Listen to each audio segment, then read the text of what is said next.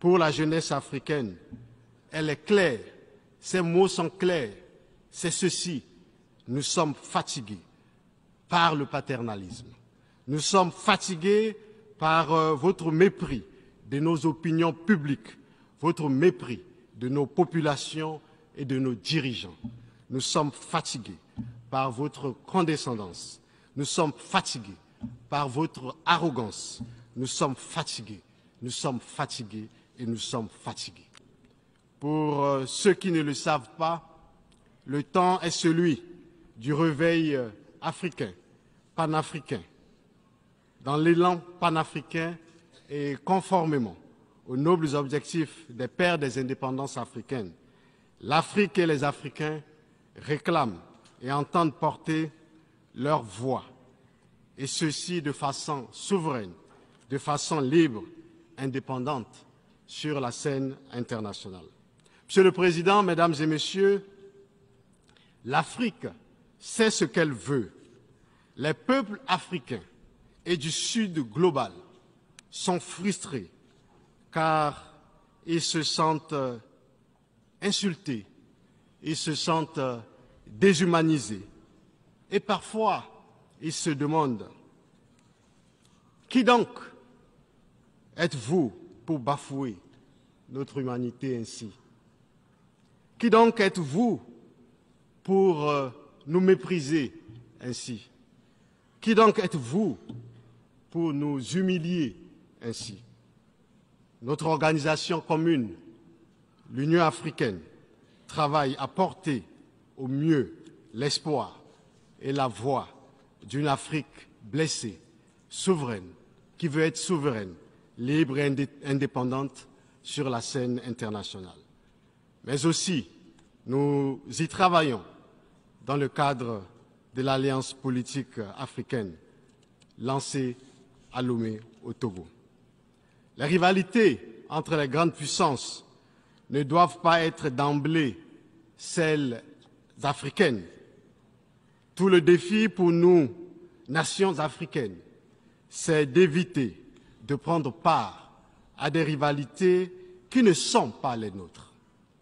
Il nous faut porter nos propres combats, qui sont, entre autres, la lutte contre le néocolonialisme, la lutte contre la pauvreté, l'industrialisation du continent et la prospérité économique, le combat pour la paix, la lutte contre la désafricanisation de l'Afrique et pour la renaissance africaine et la dignité, la lutte pour nous libérer définitivement de toute subordination étrangère, l'engagement pour une meilleure représentativité de notre continent dans le concert des nations et du continent. Nos combats ne sont ni ceux de l'Ouest, ni ceux de l'Est, encore moins ceux d'un quelconque bord ou partie du monde. Nous devons nous concentrer sur nos combats actuels et à venir. La politique internationale ne saurait être réduite à un champ caporalisé où l'on soit obligé de prendre position en faveur d'un camp contre un autre. Nous voulons un système international réformé, fondé sur des valeurs et des principes que respecte tout le monde et respectueux du droit des peuples à se positionner librement selon leurs convenances sur la scène internationale. Le droit des peuples à disposer d'eux-mêmes implique le droit de chaque État à se comporter comme il veut sur la scène internationale, dans les limites du respect de ses engagements internationaux. Sur les grands défis transnationaux de notre siècle, comme le changement climatique et la lutte contre le terrorisme international, nos vues peuvent rencontrer celles des autres, mais elles doivent demeurer nos vues, profondément réfléchies et arrêtées conformément à nos agendas propres. Il n'est plus question pour l'Afrique que nous voulons et portons de jouer les rôles de second plan dans la dynamique d'évolution du monde. L'Afrique dont je vous parle n'est plus prête à accepter la propension de certains pays à faire de leurs préoccupations d'ordre géostratégique, celle des Africains. Monsieur le Président, Mesdames et Messieurs, au demeurant, les défis de notre monde sont grands et les nouvelles orientations africaines en matière de relations extérieures obéissent à la dynamique d'un renouveau et d'un changement de paradigme. Le temps est celui du réveil africain et panafricain où notre continent a repris conscience de lui-même et de ses responsabilités internes à l'égard du reste du monde.